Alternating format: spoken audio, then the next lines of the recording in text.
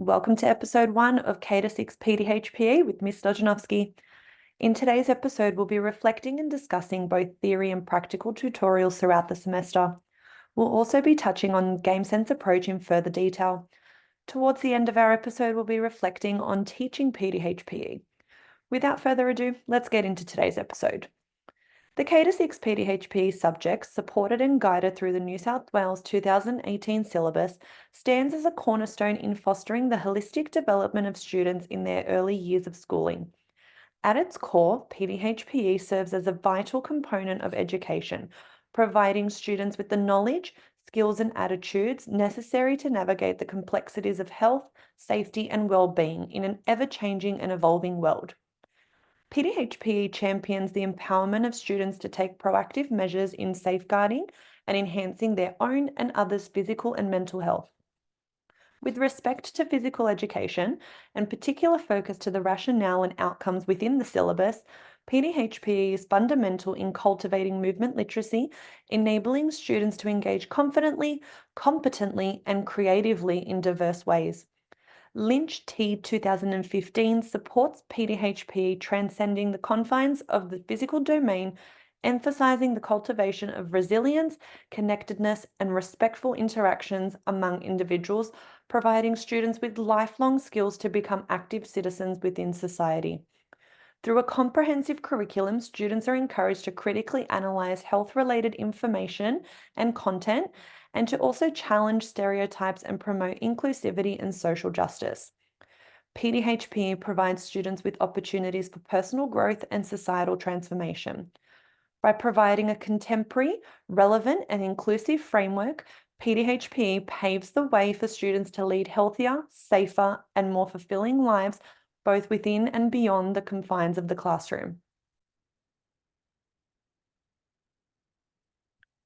Welcome to part 1 of episode 1, where we'll be discussing the game sense approach, or GSA. The GSA emphasizes the use of modified games and tactical understanding to enhance students' learning experiences. GSA encourages students to actively engage in decision-making processes within game contexts, fostering a deeper understanding of game strategies, tactics, and principles as supported by Light R 2012. By structuring activities around game-like scenarios, GSA promotes skill acquisition, problem solving, and critical thinking skills. This approach aligns closely with the PDHPE syllabus, particularly within the movement and physical activity strand, where students are expected to demonstrate understanding and competence in various physical activities. GSA supports the development of interpersonal skills as students collaborate and communicate effectively within team settings, addressing outcomes related to interpersonal skills and building respectful relationships. PIL S 2011 support the notion of GSA's adaptability, allowing teachers to cater to diverse learning needs, promoting inclusivity and active participation among students of varying abilities. Ultimately, the game sense approach serves as a powerful pedagogical tool in PDHPE, enriching students' learning experiences and facilitating holistic development in line with the syllabus objectives. We've now come to part 2 of today's episode, where I'll be critically reflecting on 4 tutorials I've attended and participated in throughout the semester, how I've professionally grown by partaking in these, and how they've challenged my existing beliefs of PDHPE. Let's get into it. Our order of reflection will be 2 theory tutorials, then 2 practical tutorials. First, let's debrief about the first theory tutorial, which was tutorial 2, Learning Across the Curriculum. Attending and participating in this tutorial provided me with such an eye-opening experience on what PDHPE actually is, how multifaceted it is, and the real effect PDHPE has on myself as an educator and my students. Learning and understanding about the diverse needs of students within contemporary classrooms and applying cross-curriculum priorities, CCP, and general capabilities, GC, within the PDHPE context was something that I'd never previously been exposed to and took great interest towards. Learning about integrating concepts of sustainability, Aboriginal and Torres Strait Islander perspectives, and Asia and Australia's engagement with Asia, alongside skills like critical and creative thinking, ethical understanding, and personal and social capability weren't concepts I really associated with prior to undertaking the PDHPE unit this semester. In doing so, I think this really changed my traditional beliefs and challenged them on what PDHPE is. And I've learned that it's far more than learning about your body and participating in physical activity, which upon reflection sounds very close-minded. Professionally, I believe I now possess skills that I can further develop within my classroom to create richer learning experiences that cater to the specific and diverse needs of my students. This topic has pushed me to rethink my pedagogical approach and challenge me to step outside of my comfort zone and explore new ways of integrating CCP and GC in my classrooms. This tutorial has specifically challenged my views that embracing learning across the curriculum isn't just about benefiting my students, but it's also about my own professional growth and how I resonate with the concepts of PDHPE. Darling Hammond L. and Bransford J. 2007 highlights the significance that by continually learning and adapting, we become more effective educators. I wholeheartedly agree with this statement and feel confident that by attending this tutorial, I am equipped to meet the evolving needs of my students. Welcome to part 3 of episode 1 of K-6 PDHPE with Ms. Stojanovsky. Before we continue, I'd just like to give a shout out to this episode's sponsor. Thank you to New South Wales Education Standard Authority, or as we call them, NESA. All right, let's get into part 3 of our episode, where I'll be reflecting on tutorial 6, PDHPE Pedagogy, Curriculum and Planning for Teaching. Engaging with this tutorial has been a transformative experience, challenging my preconceived notions about PDHPE and teaching methodologies. Through this tutorial, I've gained a deeper understanding of the importance of effective scope and sequence planning and the development of high quality units of work in PDHPE. To be quite frank, over the course of my degree, scopes and sequences have rarely been touched on, and I've only experienced this firsthand once on my first professional placement for English. This tutorial has shown me what constitutes a scope and sequence, how it's implemented, and it's shifted my perspective from merely delivering content to carefully crafting learning experiences that cater to the diverse needs of my students.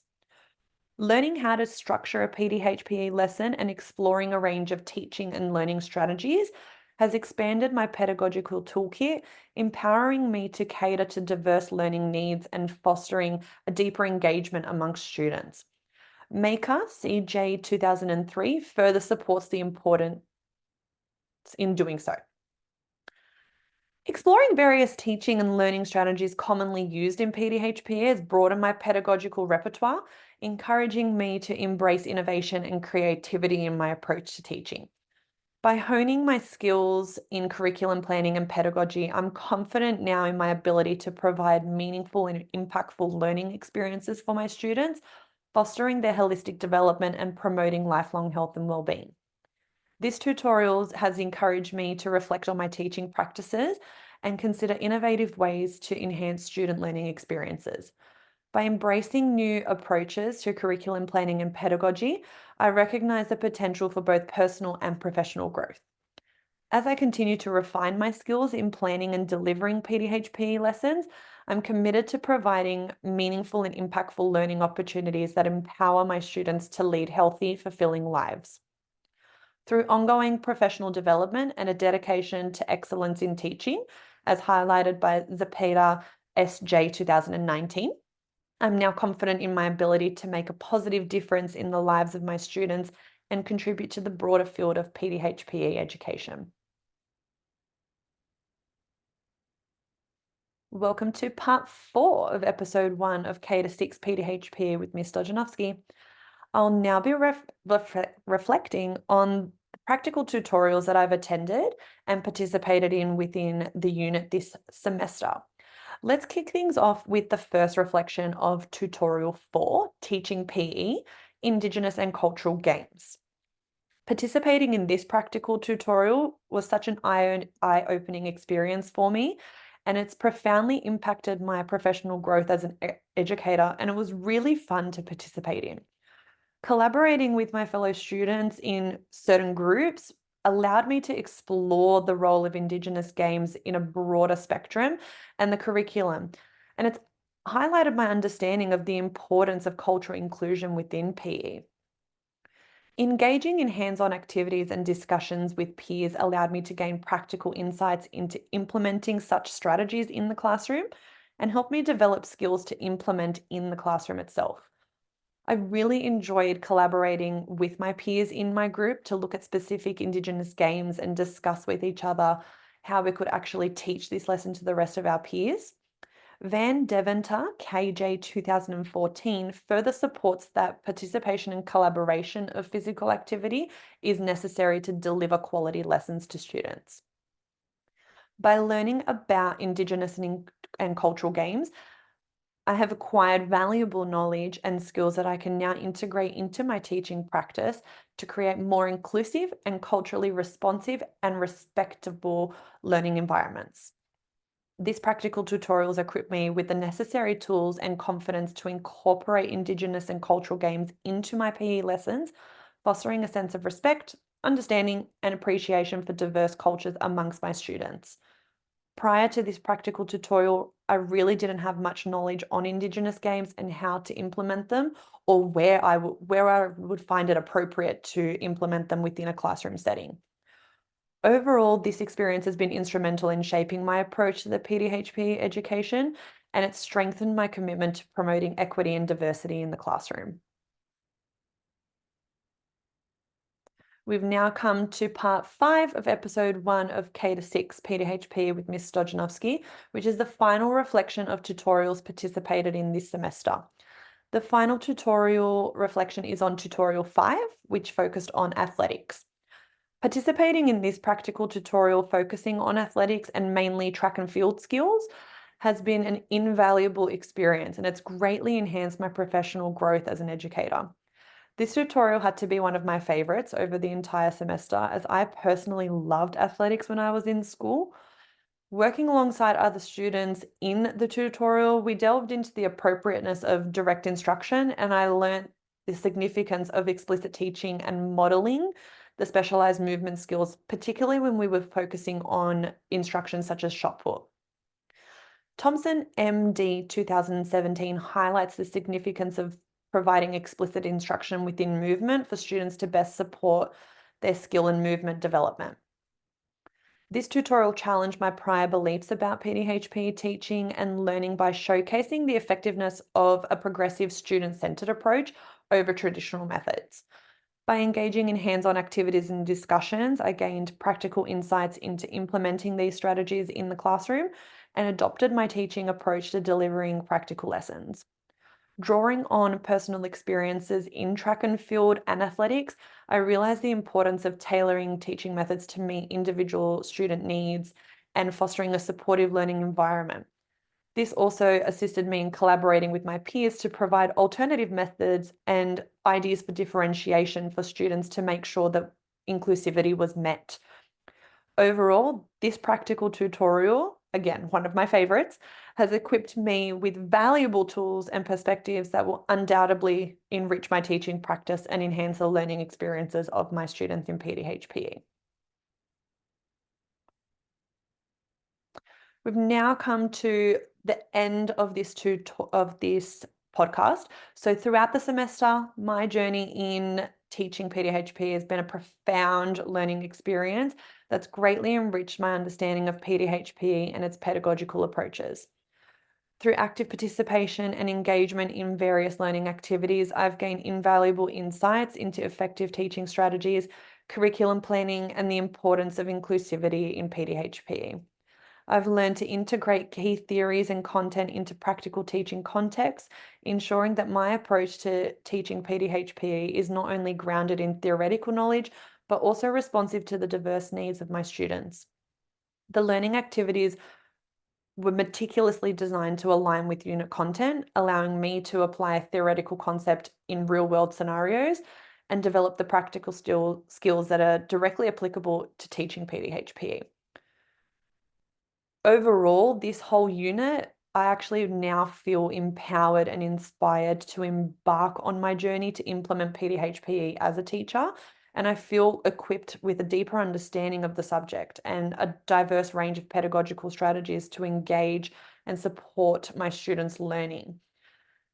This unit's instilled in me a sense of passion and purpose of teaching PDHPE, and I'm now committed to fostering a positive and inclusive learning environment where all students can thrive and develop lifelong skills for health and well-being. Thank you for tuning in to today's episode of K to 6 PDHPE with Ms. Dojanovsky. See you next time.